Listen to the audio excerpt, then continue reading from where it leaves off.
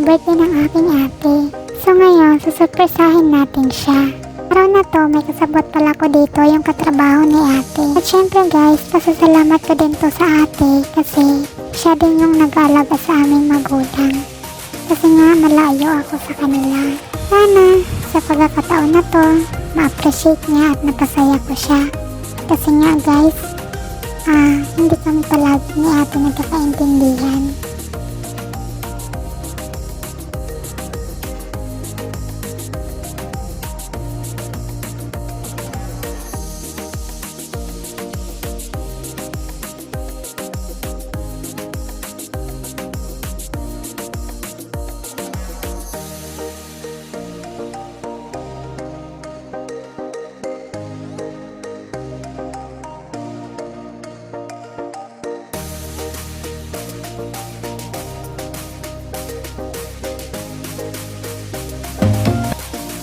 Happy birthday to my beautiful and sweetie ate who is turning old today.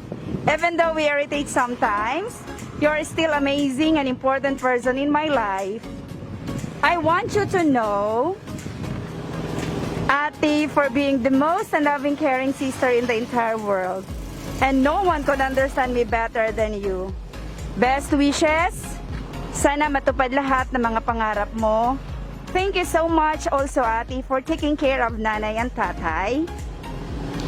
We know we miss each other, but soon magkakasama rin tayong lahat.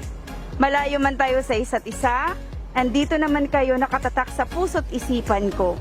I love you, nanay, tatay, ate, manoy, at sa aking dalawang pamangkin. Again, happy birthday, ate. Sana magustuhan mo itong aking munting sorpresa. I love you so much, ate. Hug and kisses. Hashtag 12 years LDR to my loved ones. From overseas worker all the way from Singapore. Surprise to my sister. Love, Bunso. Salamat po, salamat. Ay, salamat po kayo sa surprise sa ako.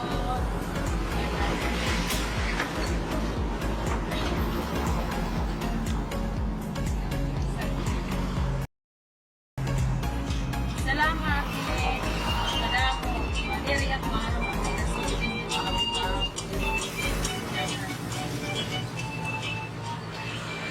Take care. Pag dinay, dida.